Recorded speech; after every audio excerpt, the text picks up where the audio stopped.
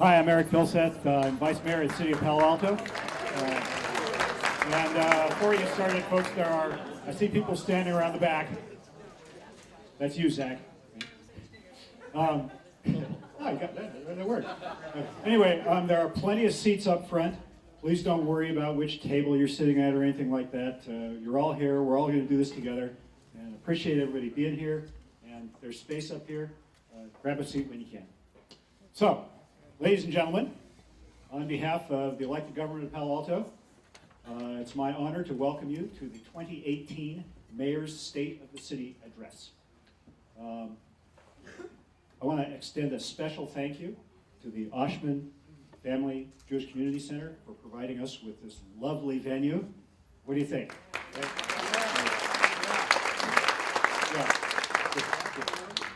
This is a gem of South Palo Alto. I want to thank all of you folks for joining us here this evening. It's as we enter into this upcoming is going to be the 125th year of Palo Alto's existence since incorporation. We are still young. Right? I want to thank all the people who live near here, right? Who probably walked, right? And all those like me who came from North Palo Alto who drove down here at rush hour. Now, the mayor. No, I know some people bike. Where's Sandra? I saw Sandra was out here with her bike and bike helmet and so forth. So good for you. And the mayor told me I was actually supposed to jog down here. But it's like 4 miles or something like that. It was just too far, so I drove.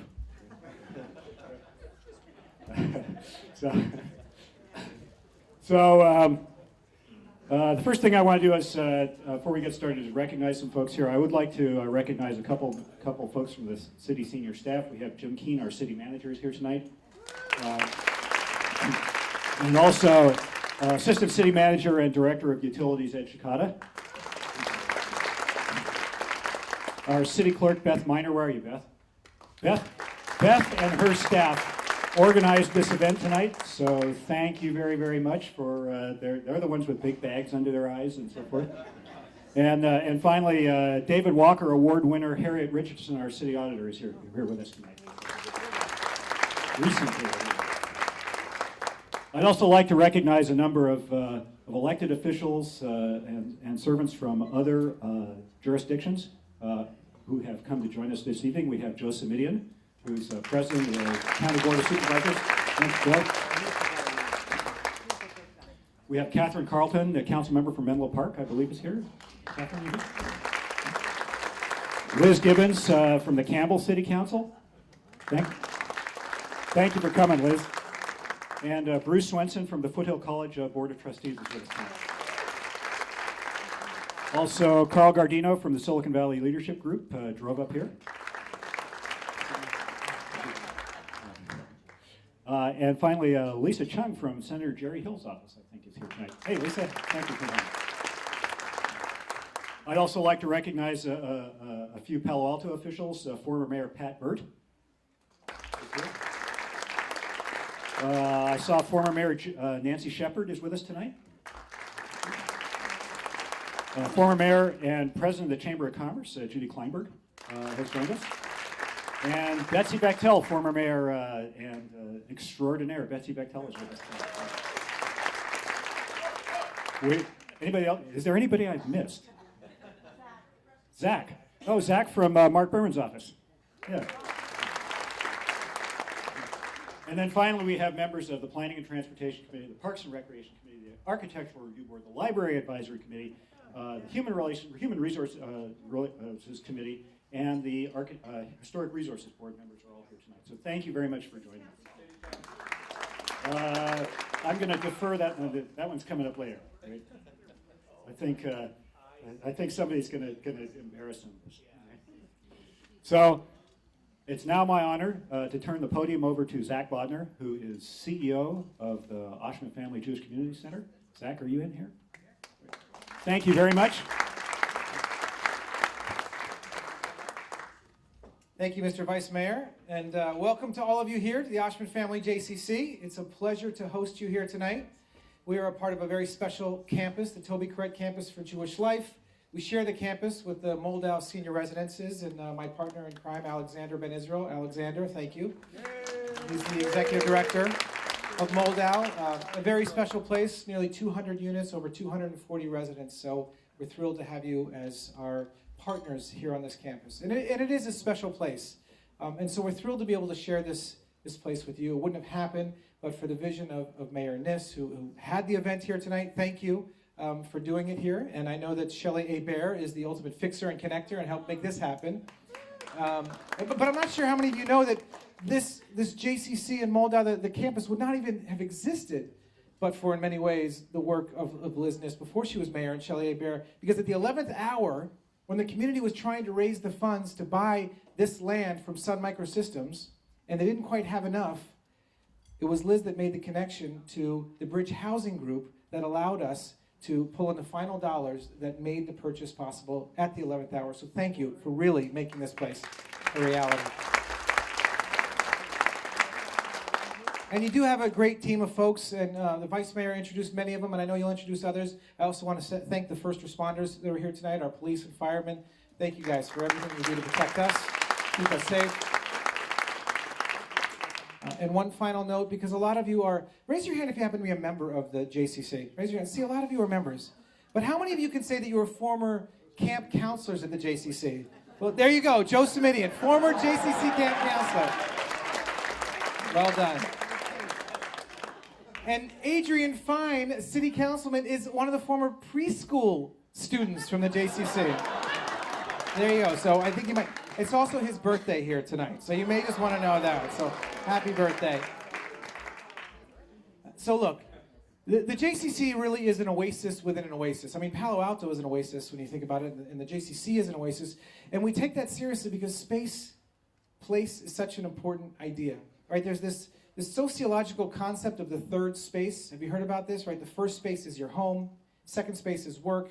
Third space is that space where you want to spend time, where you want to hang out, where everybody knows your name, if you're a fan of Cheers. Or maybe Al's Diner from Happy Days from another generation.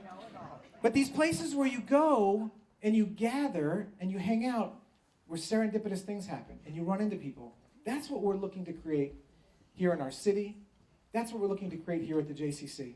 Because we believe people are searching for two things in life. People are searching for meaning, and people are searching for connection. And it's really hard to make those connections without having a place. And so we've worked really hard on building this space as a place where you want to come and you want to be. And so one of the first things I did when I came here almost 5 years ago was to say free membership. The JCC is open to the entire community. No matter what your background, no matter what your faith, no matter how old you are, no matter where you come from, this place, so it's free membership. So if you're not a member, you should be. We have these J passes which allow you to come and utilize the facilities. And then it's kind of the typical Palo Alto, Silicon Valley freemium model where if you want services, you got to pay a little bit, right? You know, the gym, you send your kids to the school, eat something at a cafe. But just to be a member and come here, this is open to everybody. And coming this summer, we will have the next phase of the JCC, which is our big pavilion and park, opening up. And again, it'll be a public park. It'll be a park for the entire community to use.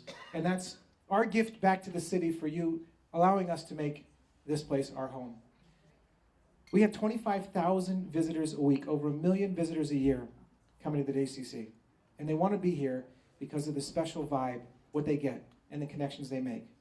In many ways, they call this their home, just like so many of us call Palo Alto our home. So thank you all for being here tonight. Thank you for coming to the JCC. Thank you for calling Palo Alto your home. We hope that you'll come back. We hope that you'll enjoy it here. Thanks so much. And now it's my pleasure to introduce former Mayor Greg Scharf, and also a member and a user of the JCC.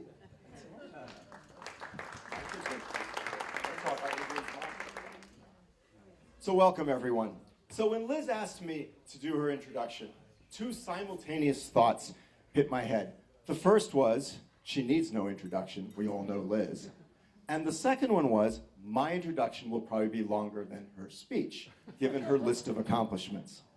So I am going to cull it down to the absolute ones that are essential. So first of all, Liz was president of the Board of Supervisors twice. President twice. She's mayor of Palo Alto 3 times, so she knows how to do the job. She was president of our school board.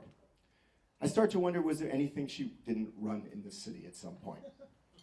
She was chair of our regional air board, and that's actually a really big deal. They have a huge budget. They have a bigger budget than MTC.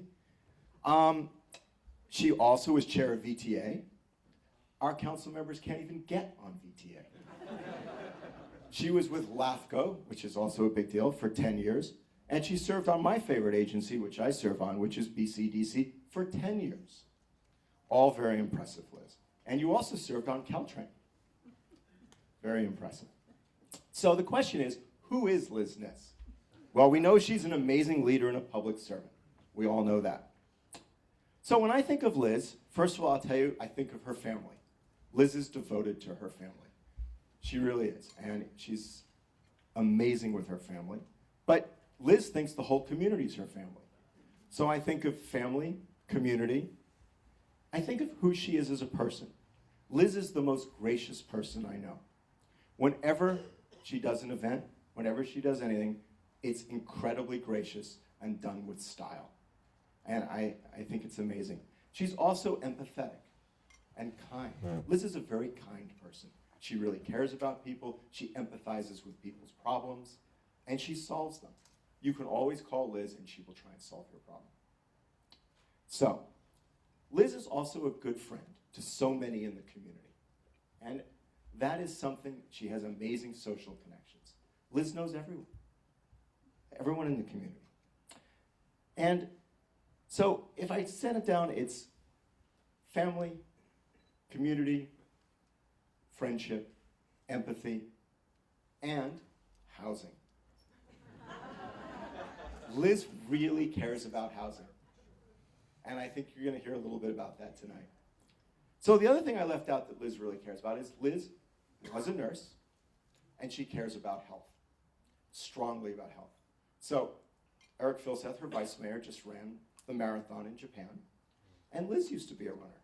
So I've been trying to tell Liz that she should run the marathon next year. I think she could still do it. I think so. Liz walks every day. She either is at the dish or she's walking around our neighborhood.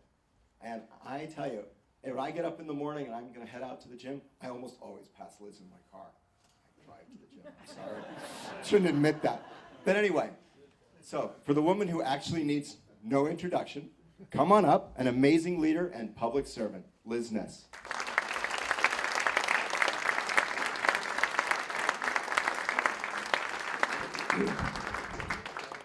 Thank you so much. I had to ask this nice IT guy to turn me on.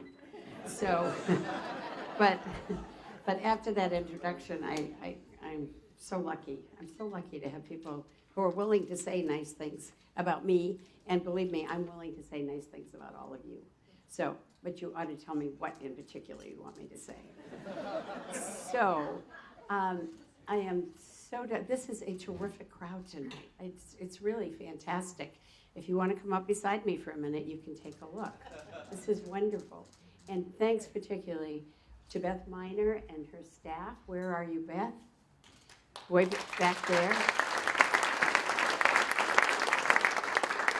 And if anybody is standing who wants to sit, there are a couple of chairs up here. If there's a chair next to you, would you raise your hand? So see where there are chairs? Don't just stand out there. Come and enjoy everything. Great. Okay, so thank you all for coming. And yes, I do have a speech that I'm going to give tonight.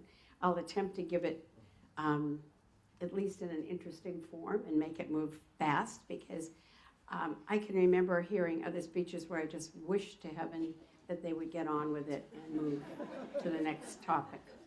So, before I start, I want to obviously introduce my fellow council members. You've met two of them already. And I want to tell you before I do that usually this speech is given very early in the year.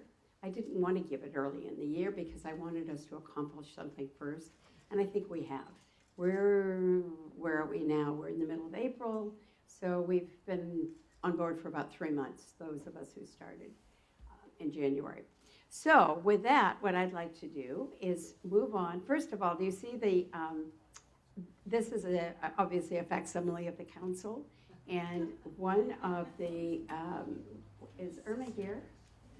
Irma's sister, there's Irma back there. Irma's sister did this wonderful production of Us, which was for January, and you can tell that in that was actually a cake. And so, can you pick us all out?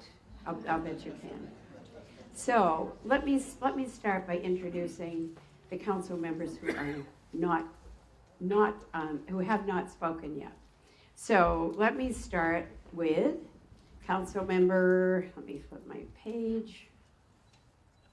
Let me start with Eric, who's right there. And while I talk about you, do you mind standing up?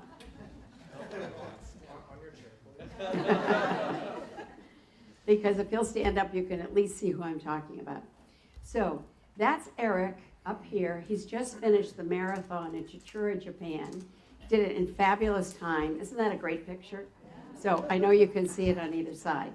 So here's what Eric does on the council. Chairs the finance committee, and he has become our go-to expert when it comes to the budget, as well as advocating for us to get our arms around the unfunded pension liability issue, and I'm saying that particularly for my daughter.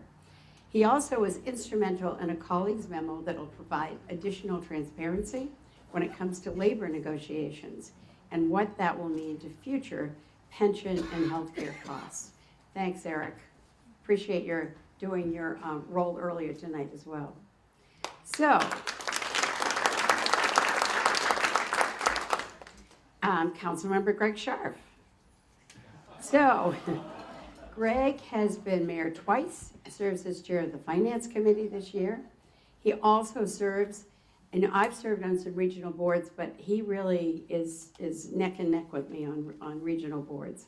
He has been past president of the association. No, that is the Santa Clara County Cities Association.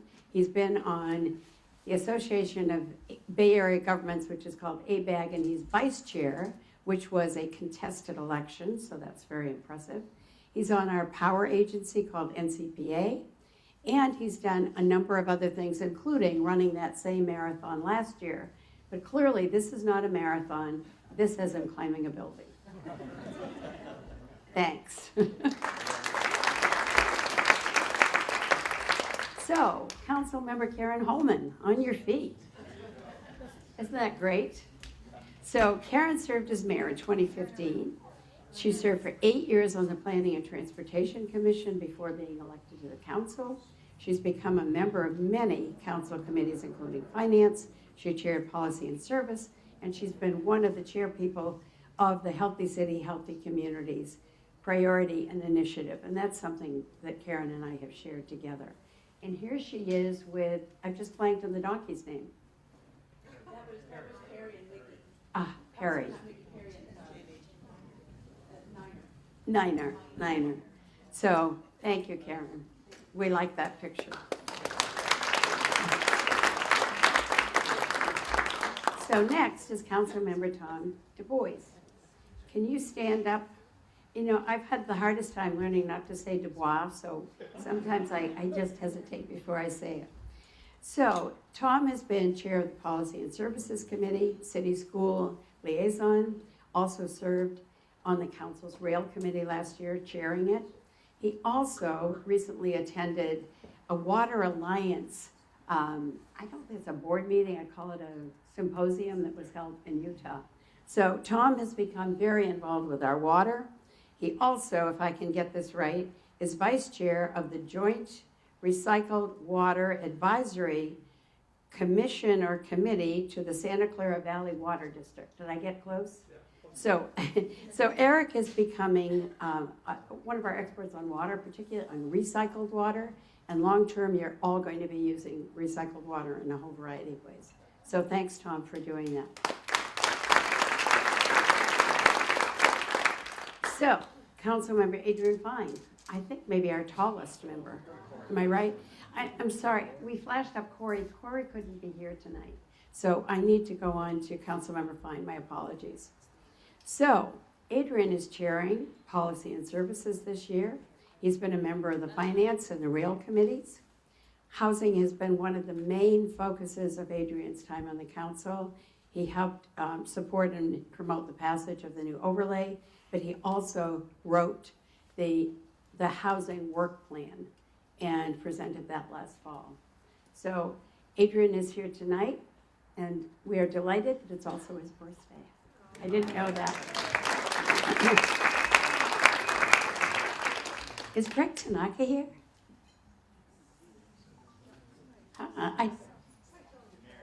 He's probably still in the traffic. If he comes in, I'll introduce him. And Councilmember Lydia Koo. So, you have to stand up, Lydia, sorry. So she served on policy and services, and this year is part of the Rail Committee. She's really our champion on emergency preparedness and has been for a long time. She's been a liaison to a number of our other commissions, but right now, if you want to know what she's known for, who knows? What? Airplane noise, right. And I am not asking you to raise your hands about the airplane noise and whether it bothers you or not. So, could you give a round of applause for our colleagues?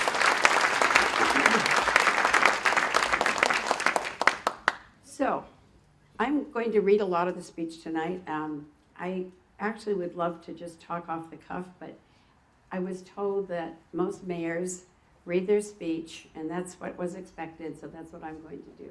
So even though you're used to me ad-libbing, tonight I won't, except from time to time, of course. So I am in my third term as the mayor. Thank you, my colleagues, for electing me. I appreciate it. It's been a good year as far as I'm concerned so far. And especially a thank you to Zach. Are you still here? Zach Bodner. Wasn't that terrific what he had to say? That's really great. So thank you so much. Having it here is very special. I don't think we've ever done this before, and I admired that Greg did it at Tesla. I'm trying to think of who else did it. Karen, where did you do yours? Mitchell Park. At Mitchell Park when it was pretty new. Right. So it's fun to be in a really new place tonight. I'm really enjoying that. So I'm glad you're all here. I appreciate your listening, and I'm going to dive right in. So at this point, I think in my life and in my career, I have a fairly long-term view of what we have done. It's getting longer and longer. It's a little, I'm hoping nobody remembers how long it is. That would be so nice. So I want to start out with Warna. Looking to see who's clicking. Thank you. So I'm going to talk about a sense of belonging, which Zach also talked about so well. Most of us want that sense of belonging. We want to feel like we belong in a community, in a place that feels like home, where we can be with our family and is central to who we are and how we live our life. So many of you know, as Greg mentioned earlier, my family is integrated into every aspect of what I do. They are my support system.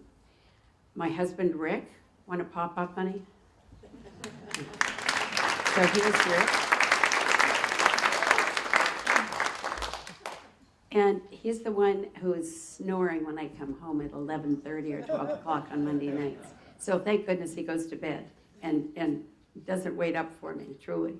My kids, my daughter Liza is here. I know, honey. Do you mind standing up or is... Thank you. My grandkids, most of you know I have 5 granddaughters. And they all had homework tonight, so they're not here. And also my family from Massachusetts, my sister Jane. Stand up, Jane.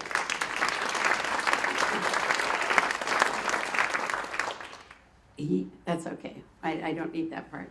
So last year, some of you might remember, if you have a good memory, that I couldn't be at Greg's speech last year.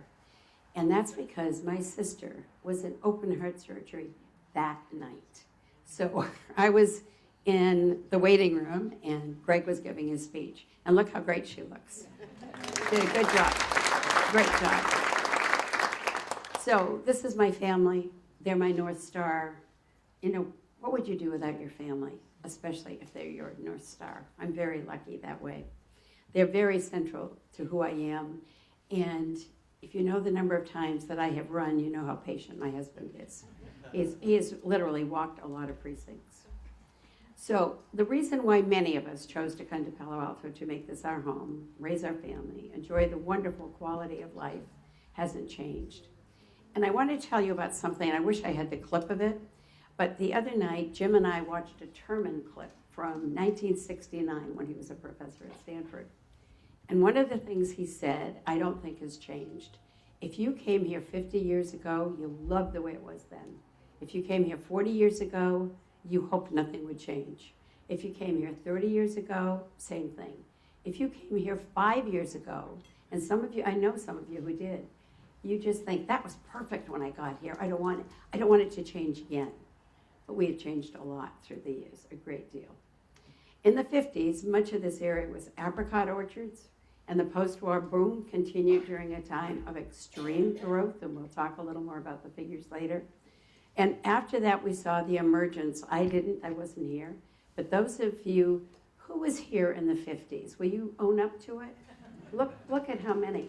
So if you were here in the 50s, you saw those orchards. You saw the apricot blooming in the spring, which a lot of us didn't see, but it ended up with wonderful new neighborhoods. Many of those done by Eichler, Brown and Kaufman, Mackey, could be any number of those. And I'll bet if I asked you, a number of you in here live in Eichler's. There are 2,700 of them in Palo Alto. I think that was the area where he did the most.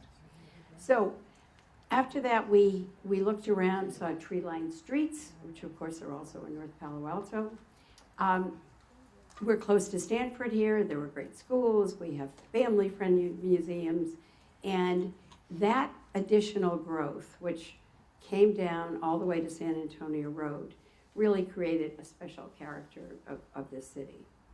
So we moved here looking for a special quality of life. We really did. In fact, do you remember we drove around to other towns? We looked, I'll tell you straightforwardly, we looked at Menlo Park and Los Altos and didn't choose them. But one of the things that I did do is when we were looking for a house, and we were looking at one that I thought we might really want, I went out and I knocked on doors to find out if they had kids that my daughters could play with. I really wanted to be in an area where there were other kids, and they could, as Liza did, ride her bike to school, the other kids would pick her up, ride the bike to school. Where's Penny? Penny, are you still here? Oh, too bad, because I would have reminded Penny that my kids really did ride their bikes to school. So many of us still live on that same block in Palo Alto, which is interesting because all the kids are grown now. And that tells you something about our community. So many of you do come to our meetings and you tell us how wonderful it is to live here and how important those memories are. Bob Moss, when did you move here? 1971. 1971. Oh, you were a latecomer, right? Yeah, I'm a newbie. So I want to talk a little now about what we've all had and what my concern is. The next generation is not going to have the same chances we did. And there are lots of other people in here that would really like to create the kind of life we have had.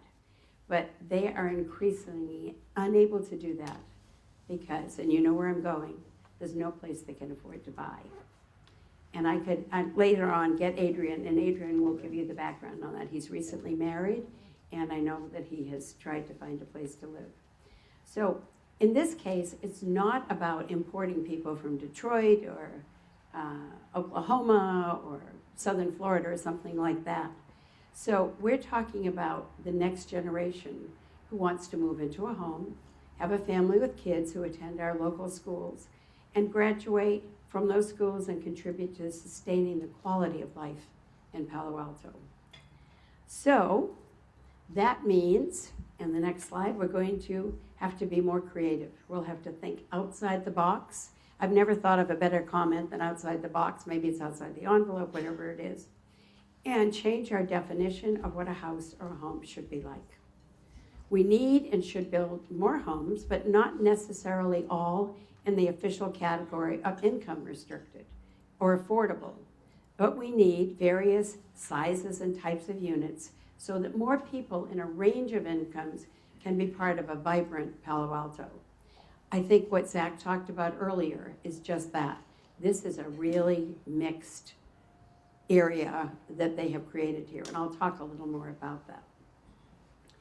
So when we preserved the Buena Vista Mobile Home Park, it wasn't just the housing that was our concern at all. In fact, it was having the people, the children who attend our schools, the mothers and fathers, sisters and brothers who live there. They all add to the fabric and the tapestry of our community. But it was about the people who lived there. It was about us. And this is us, to quote something popular that's happening. But we literally weren't saving a trailer park.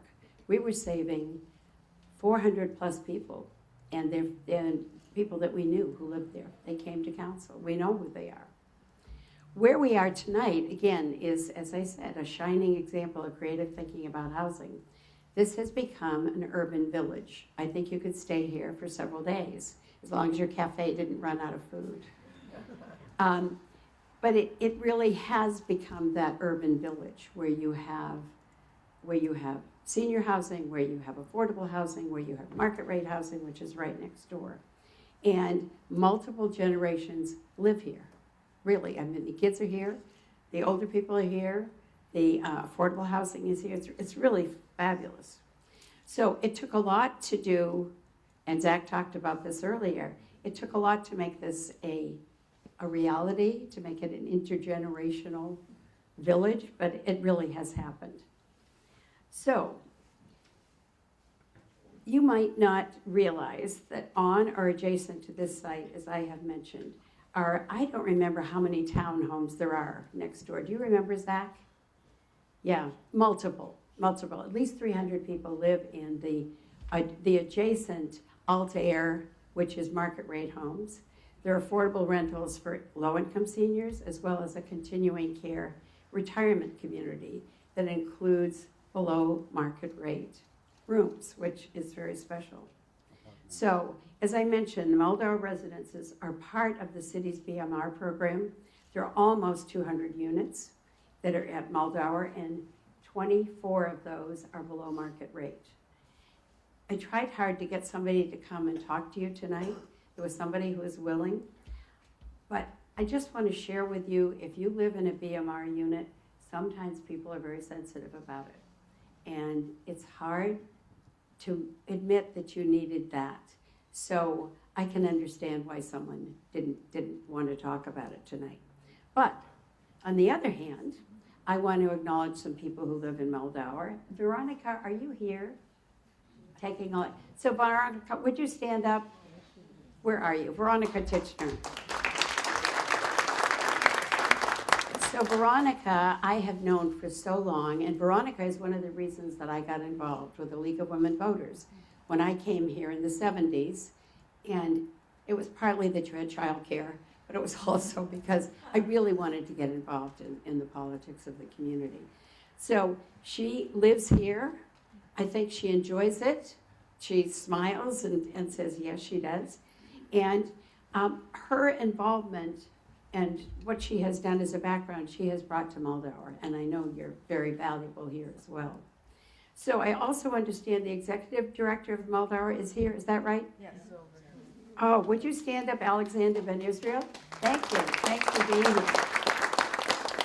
And Jean Blackburn, are you here? Stand up, please. She's president of the Resident Association Community. So, isn't that interesting? The people are here. They really live here. This is a flourishing urban village. So, the question for us now is, what is it going to take us to help more older people and young families who are counting on us to do more than we've done so far to meet the housing challenge? If the past is any prediction of the future, we're going to need to speed up our housing production substantially. And we have agreed to do that. We have agreed to go up to 300 units of some type per year. But it's a challenge. And I would look at all my council, and I know they would say, they would agree, whether they want to do it or not, but it is a big challenge. So we have sites available. We do have places to build. And you can see from looking around here tonight, it really can be, excuse me, done with a sense of vision and creativity and pretty much staying within our zoning, in truth. It really will. We can do that. So with that, talking about housing, let's talk about who we are as a community. We're still 25 square miles, pretty much the same as it's always been. Do you remember what Will Rogers said? Buy land, they're not making any more. And so that's what we've got and that's what we're going to keep. We've grown almost to 67,000 people. And much of that was done in the 50s, and then a great deal was done between 2000 and 2010. So I don't know if you can see, yes, I think you can. What I want you to see is how our population has changed. And this is since, is that first one 1900? I don't have this in front of me. 1910. That would be the decade of 1900 and 1910. Thank you. This is a slide that Jim used the other night in a speech, so I don't want to take credit for it. But I wanted you to see how things have changed. And the most dramatic change came in the 50s, which of course was after the war was over. And this was a post-war boom.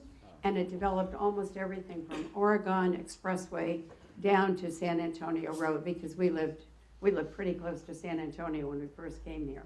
So if you take a look at this, you can see a huge jump took place in 1960. And then by 1980, it slipped a little bit. But after 2000, when there was a big change in our economy, what happened then is a couple of hotels came down and new housing went in on those sites.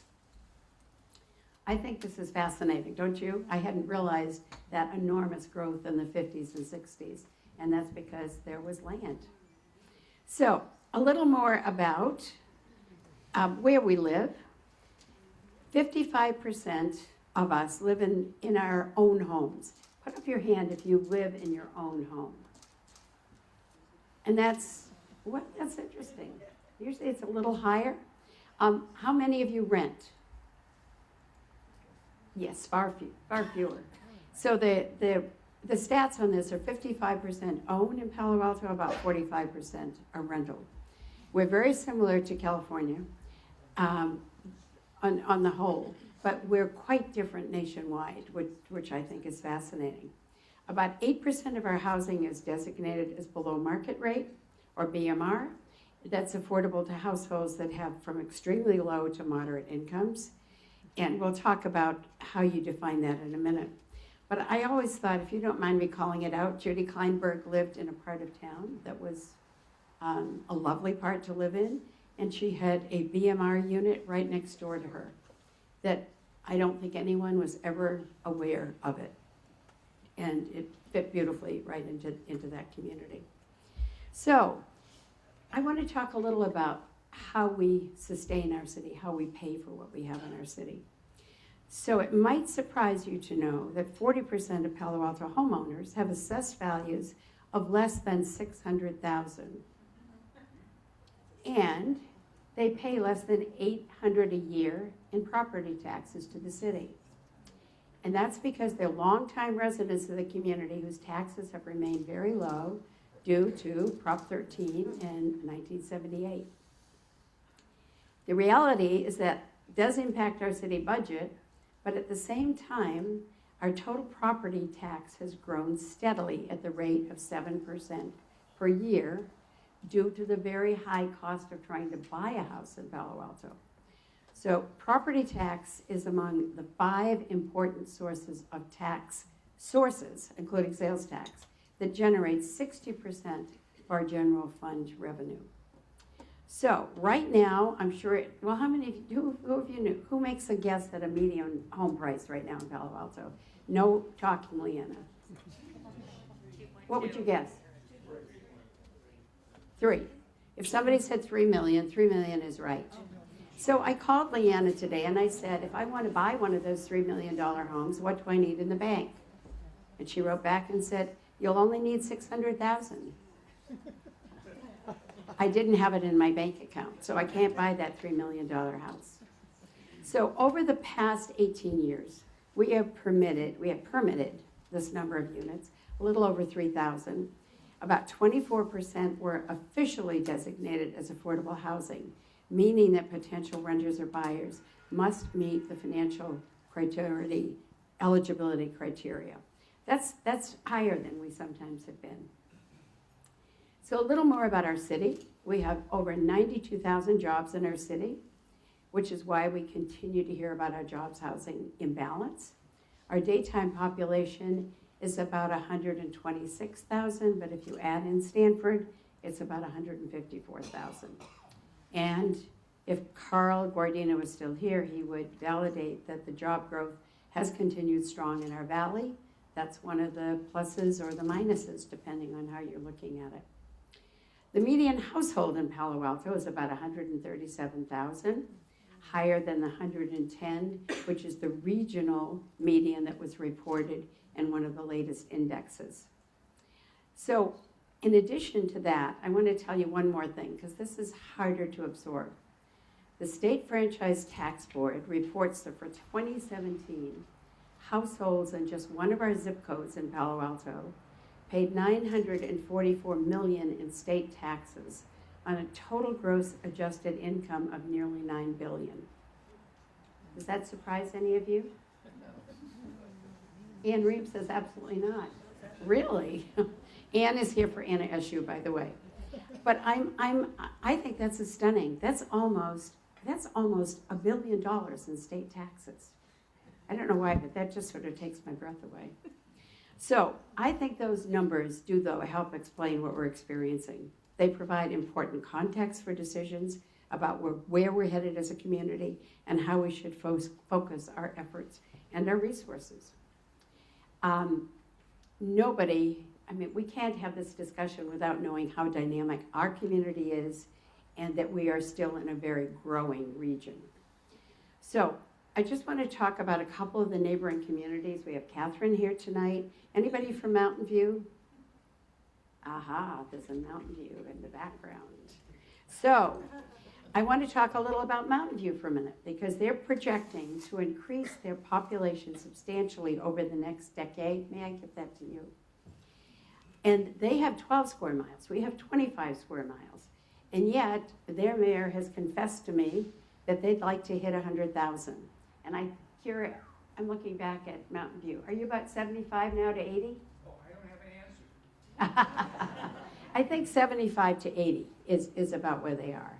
So if you all driven down San Antonio Road lately to watch what's happening, those are very high buildings, very high buildings. And I think what we often feel here in Palo Alto is the result of those buildings going up in Mountain View, but also Stanford has a new GUP, that they, general use permit that they proposed, that is another 5 million square feet. We're kind of caught in the middle, and I know that Menlo Park is planning some substantial growth as well. So, as you know, this is, we're a region that people want to live in. We're a region that's really growing. So, when we talk about this housing crisis, as I mentioned, this isn't a housing crisis that is for somebody you don't know. If you're a longtime resident, you might be wondering where you're going to live as you get older. So here's Veronica, here is it Barbara? Jean. But also, Marlene Prendergast is living here as well. And I knew Marlene with the league as well. So they have found a wonderful place to live here at Moldau. But the number of seniors that we have is growing, and it's growing fairly quickly. And people do want often another place to live as they get older, where there are more services and so forth. So that's about our older population. If you've got school-age kids, you really want them to be able to live here, but also you would like it if their teachers lived here as well. I think that's what's really important. So, as you know, the long commutes that we have are really difficult on our service workers, police and fire. teachers who live here, it's really difficult. A beginning teacher earns about $55,000 a year. It means a lot of teachers are eligible for what we call workforce housing. And I recently met somebody in City Hall who commutes to Modesto, and he was asking about my Prius. And he said, my Prius has 330,000 miles on it. I thought, ooh. So also, so this is if you're getting older, this is if you've got school-age kids or you're thinking of maybe buying a bigger house. But also if you're a grandparent, you would like your kids to live here. And I remember when Liza and her husband were living, we're looking here. Can I tell this story? Atherton was cheap. Atherton was cheaper to live in than Palo Alto. And that is why they left Palo Alto. So isn't that interesting? I think we don't realize how expensive it is to live here. So if you are a Palo Alto resident of any age, you want to ask yourself, where are all those people going to live? What are we providing? We have a huge challenge. So here are a couple of things we have done. Last week, we passed the Affordable Housing Combining District, which is a zoning tool, as you know, that's going to allow for 100% affordable housing for residents primarily that make up to 80% of the adjusted median income. Even though we took it up to 120%, that's really more for those in the middle. We haven't approved an affordable housing project in Palo Alto in almost a decade, and so we're hoping that will clear the path to at least have another one, at least have one more that we vote for this year. I feel so strongly about this because I feel so strongly about diversity. You cannot have a diverse population if you don't have some affordable housing. It's the only way you can have it. Unless you want your kids to just kind of go to school with kids who are just the same as they are. And I think many of us don't want that. We want differences in our school and differences in particular for our kids.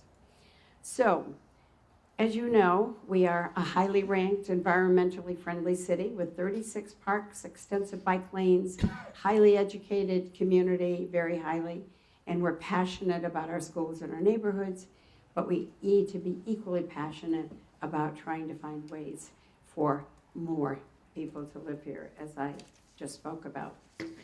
I just want to tell you, I've got a couple of things to finish up with. As mayor this year, I want to suggest an approach that I think has the potential to get us moving perhaps in a new direction. We are recognized as a city that is infused with a spirit of entrepreneurship and technology. We're justifiably proud of that. We have a startup culture, and we are a well-known city throughout the world, not just throughout the country. So I would like us to think of looking at something else, which is called social entrepreneurship, that puts the same determination, creativity, and innovative thinking out there to meet our housing needs while we still keep our quality of life. I know that there are social entrepreneurs in Palo Alto, and let me just describe that for a minute. How many of you are familiar with Tom's Shoes? Anybody have them on?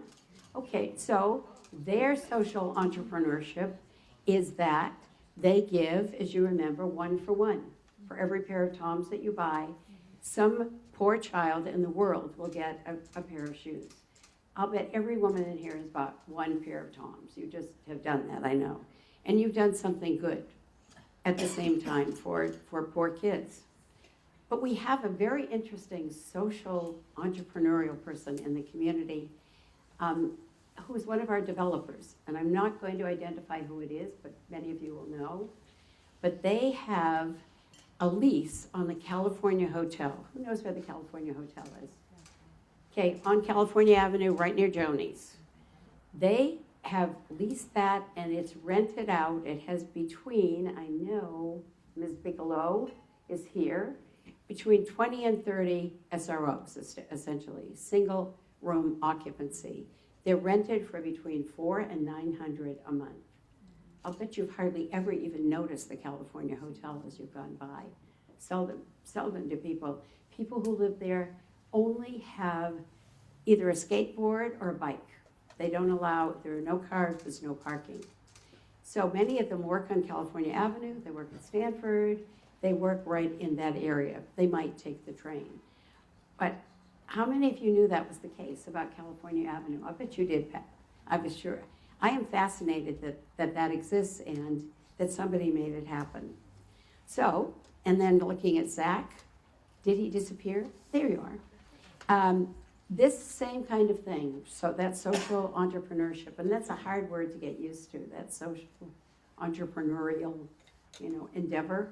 But that's what happened on this campus. Somebody said, we can create this center here, and we can have all of this happening. And as Zach said, you're going to add a park, and what else this summer? Pavilion? A pavilion, right. So, that took a lot of vision that somebody thought about this. There was an old Sun Microsystems building here. So I want us to think a little about the urban village idea, because two places are really looking strongly at this. Where are you, Catherine? You're there somewhere. Catherine Caltron is here from Menlo Park, and they are looking at the village concept for Facebook, and Google is also looking at the village concept for the part of Google that's out near the bay, which I know you're all familiar with. So I think that takes us into a whole new area if we start thinking about an urban village. So to do that, here's what social entrepreneurs need. They believe that everybody can make a meaningful contribution. They believe that if you want this to happen, as they did here, you need that passion. And then you look at the social problem, where are people going to live, and you take some risks that other people might not do.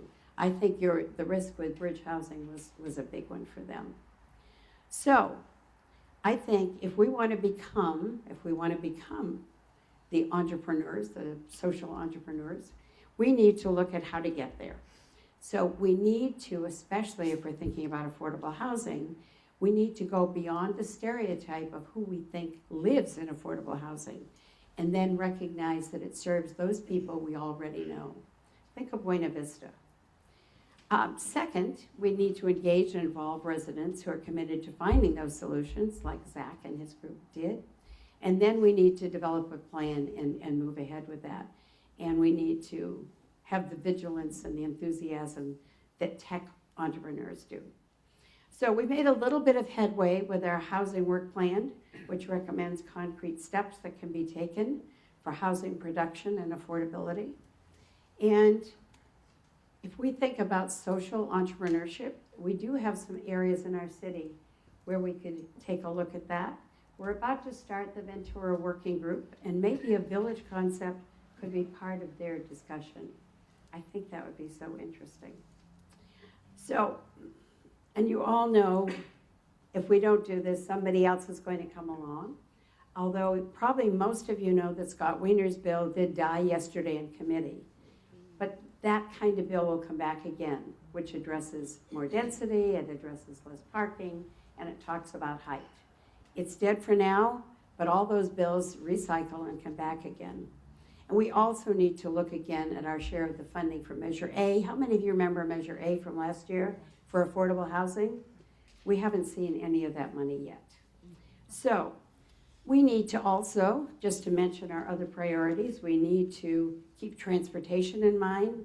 We have long-term budget and financial issues. And we also have a rail corridor grade separation. That's a big discussion, but that one is continuing on.